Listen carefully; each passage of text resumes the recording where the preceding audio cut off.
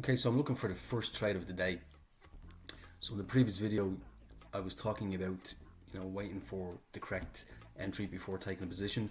I trade on the very edge of support and resistance. So for example, this is a nice example here. This is the FTSE 100.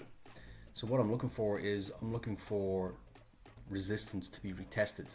Okay, so forget about what's happened here. This is where the price is operating at the moment.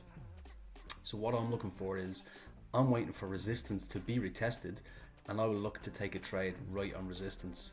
Again, I will apply a very tight stop loss, a 5-point stop loss and a 10-point take profit. The volume seems to have completely disappeared. I mean, this is the open. There was quite a lot of volume on the open, but now it's really kind of died off. You can see that the price action is very, very slow. So at some point resistance will be retested and I will look to take a trade. Now, as I said before, ideally you want to get as close to the top or as close to as resistant as possible, but it doesn't always happen. It might be a couple of points away, so we can still implement our tight risk management even if it's maybe 1.5 points away. Well, then we still have another 3.5 points where we will have our stop loss. So it's just a matter of waiting now. I would say it's more probable that I will take a short position once resistance is retested,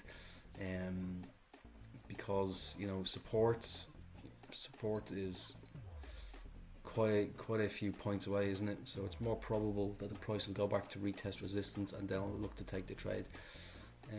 It's a very simple process. My approach to this is very, very simple. Trading on the very edge of support. In this case, support is here, and at the moment it is here, and resistance is here.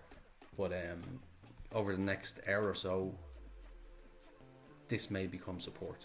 So we shall wait and see. So that's the plan, guys. We'll come back when the price retests resistance, and then we look to take a trade. Now, when I take this trade, okay, it'll be the correct trade to make because it's going to go back and retest resistance. So whether it's a profitable trade or a losing trade, it doesn't matter. I've stuck to my SOP, my standard operating procedure, and the rest can take care of itself. I'll have taken the trade based on the criteria that I look for, and then if it's green, it's green. If it's red, it's red. At least if it's red, worst case scenario is going to be losing 5 points.